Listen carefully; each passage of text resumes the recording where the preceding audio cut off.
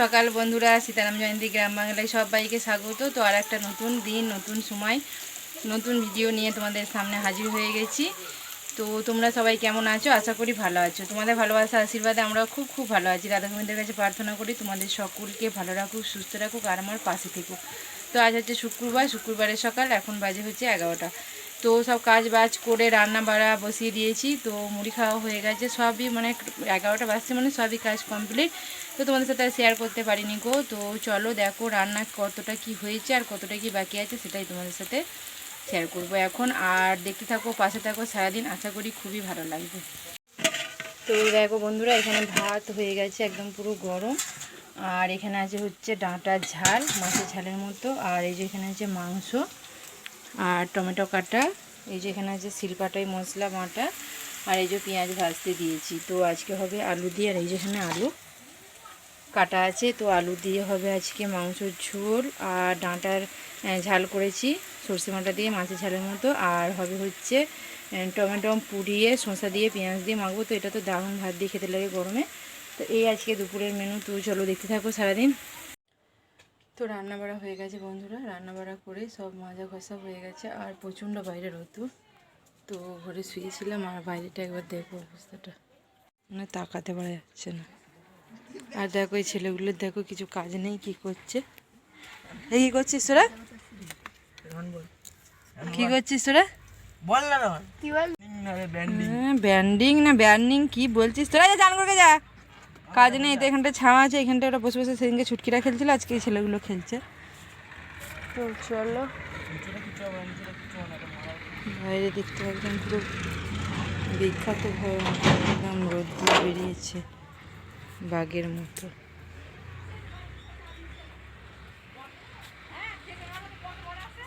একটা ফ্রিজে জল দে।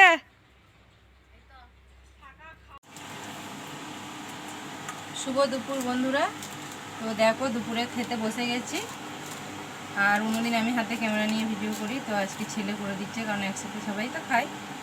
তো দেখো এখানে হচ্ছে টমেটো পুড়িয়েছি আর শসা পেঁয়াজ লঙ্কা তেল নুন দিয়ে ভালো করে মাখছি, কারণ বর কায়ে যাচ্ছে, মুখটা একটু খারাপ করা হয়ে গেছে রোদেতে। তো সেই কারণে এটা দিয়ে একটু ভাত খেতে ভালো লাগে।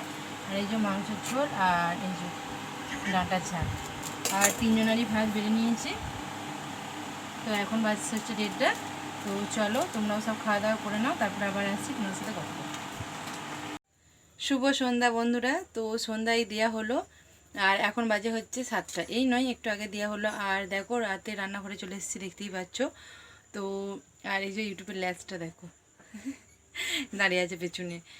আর রাতের খাবার দাবার করতে চলে এসেছি। রাতের খাবার বলতে তরকারি করব না, কারণ ওই ঝোল আলু রেখে দিয়েছি মাংসের। তো দুপুরবেলা যেটা রান্না হয়েছিল তো সেই দিয়েই হবে, একটু গরম করে নেবো। আর ভালো করে চাপা দিয়ে রেখে দিয়েছি। তো মাংসটা একটু বেলাই হয়েছিল করতে, আশা করি গন্ধ টন্ধ হবে না। তো একটু গজগজ করবে, কারণ এগুলা জিনিস ওগুলো খেতে চায় না। আর দেখো রাতের খাবার বানাতে লেগে গেছি। তো দেখো, তো শুধু করব হচ্ছে পরোটা। তো দেখো পরোটা বসিয়ে দিয়েছি করতে। এই যে এখানে ময়দা মেখে নিয়েছি।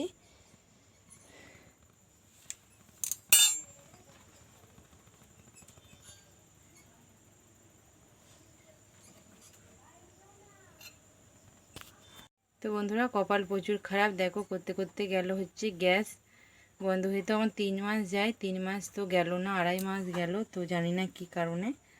তো দেখো এখন সিলিন্ডারটা খুলবো। এই যে এখানে এই যে, তো এটা খুলে দেখি। এই সামনে সাইকেলের দোকান আছে। তো কেমন পরিস্থিতি বুঝতে পারছো, মানে কি বলবো। আর আমার কাঠ আর গ্যাস ছাড়া অন্য কোনো ব্যবস্থা নেই, কাঠের উনুন বাইরে, কিছু করার নেই। তো দেখি সাইকেলের দোকানে দাদাটা গ্যাসও ভরে দেয়। তো এখন আপাতত 1 কেজি নিয়ে আসি, তারপর এখন গ্যাস আসুক, বর বুক করে দেবে। তো মেয়েদেরকে কত কি সামলাতে হয় বন্ধুরা। তো সত্যি কি বলবো, আর বলার কিচ্ছু নেই। তো দেখো একটা করেছি, তার মধ্যেই গ্যাস চলে গেলো, বাড়িতে ব্যাটে ছেলে নেই। তাহলে যদি আমার সামনে যদি গ্যাসের দোকানটা না থাকতো কি হতো তাহলে বলো। তো চলো গ্যাসটা খুলে নিয়ে যাওয়া যাক। তো বন্ধুরা সামনে ভাগ্যি দোকানটা ছিল। তো এই দাদাটা খুবই উপকার করে। তো মাঝে মধ্যে আমার এরকম হয়, তো দিনের বেলা হয়, সেটা রাত্রিরে খুব কমই হয়। তো আজকে রাত্রিরেই হয়ে গেল সেটা সন্ধে। তো দেখো বন্ধুরা, মেয়েদেরকে ওই জন্য সবটাই শিখে রাখা দরকার। হাঁপিয়ে গেলাম, সিলিন্ডারটা হালকা হলেও তো ভালোই, তো সেটা বয়ে বয়ে নিয়ে গেলাম, আবার নিয়ে এলাম। তো ওর একটা মানে ছিল মানে গ্যাস হাফ, সেটাই দিল আর আমারটা রেখে দিল। তো আমি যখন আবার বুক করব তো সেটা আবার নেবে। তো এখন যদি আমি না ওই নবটা লাগাতে না পারতাম, তাহলে এখন আবার আমাকে একটা লোক জোগাড় করে নিয়ে এসছে। তো তাই বলছি যে বন্ধুরা, মেয়েদেরকে বিশেষ করে বলছি, প্রত্যেকটা কাজ তোমরা অবশ্যই শিখে রেখো, নাহলে যে কোনো পরিস্থিতিতে সামনা করা প্রচুর মুশকিল হবে। তো এই দেখো, এই যে এইটা নিয়ে এলাম সিলিন্ডারটা, এটাও খুব একটা নেই, তো একা এক হাতে লাগানো যাবে না, তাই কেউ নেই, তোমাদের সাথে শেয়ার করতে পারছি না গো। চলো লাগিয়ে নিই। দেখো লাগানো হয়ে গেছে। তো এটা অনেক দিন আগে আমার বরের সাথে শিখেছিলাম। জানি এটা কোনো ব্যাপার নেই, অনেকেই জানো, কিন্তু যারা জানো না, যেমন আমার মায়েরা জানে না কো, তো সেরকম আর কি বলছি। আর আমার দেখো রুটি তাওয়াতেই আছে, গ্যাস নেই কো, মানে কি বলবো, এই গ্যাসটা লাগালাম। তো চলো, তো এই যে দেখো গ্যাস অন করে আবার জ্বালিয়ে দিয়েছি, ঝটপট করে নিই। তো বন্ধুরা, সেই কারণেই বলছি যে মেয়েদেরকে সবটাই জেনে রাখা উচিত। তো ওইখানটা প্রচুর অন্ধকার হচ্ছে, চলো রান্নাটা করে নিই, তারপরে আবার যা কথা বলার বলবো। এই যে হয়ে গেছে হচ্ছে পরোটা, আর এই যে তরকারিটা, আর এখন খাবো হচ্ছে মুড়ি। দেখো এই যে দিদির কাছ থেকে নিয়ে এসছি হচ্ছে চপ, এই যে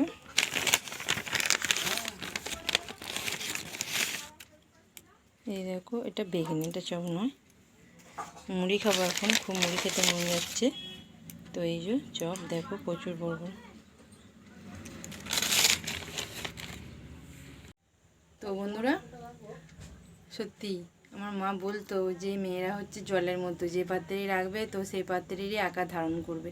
তো সেটা আগে বুঝতাম না কো, তো এখন সেটা ভালো রকমই বুঝি, যে সংসার করলে সত্যি করেই মেয়েদের হলে যে কত রকমের আকার ধারণ করতে হয় তার নেই গো ঠিক। তো প্রত্যেকটা মেয়েকে বলছি, তো সবটাই পুরোটাই মানুষের শিখে, মানে মেয়েদেরকে শিখে রাখা দরকার, যেটুকু আয়ত্তের মধ্যে থাকে, নাহলে অসুবিধার মধ্যে পড়তে হয়। আর যাদের তো স্বামীরা বাইরে থাকে, তাদের তো প্রত্যেকটা কাজই নিজে নিজে করতে হয়। আমার যেহেতু বাইরের দিকে সেরকম কিছু করতে হয় না, বড়ি সবটা করে আর বাড়িতে, তো বড়ি যদি থাকতো দিনের বেলা হলে বড়ি নিয়ে এসে দেয়। আর আমারও এসব কাজে কোনো আপত্তি নেই, মোটামুটি সবটাই পারি।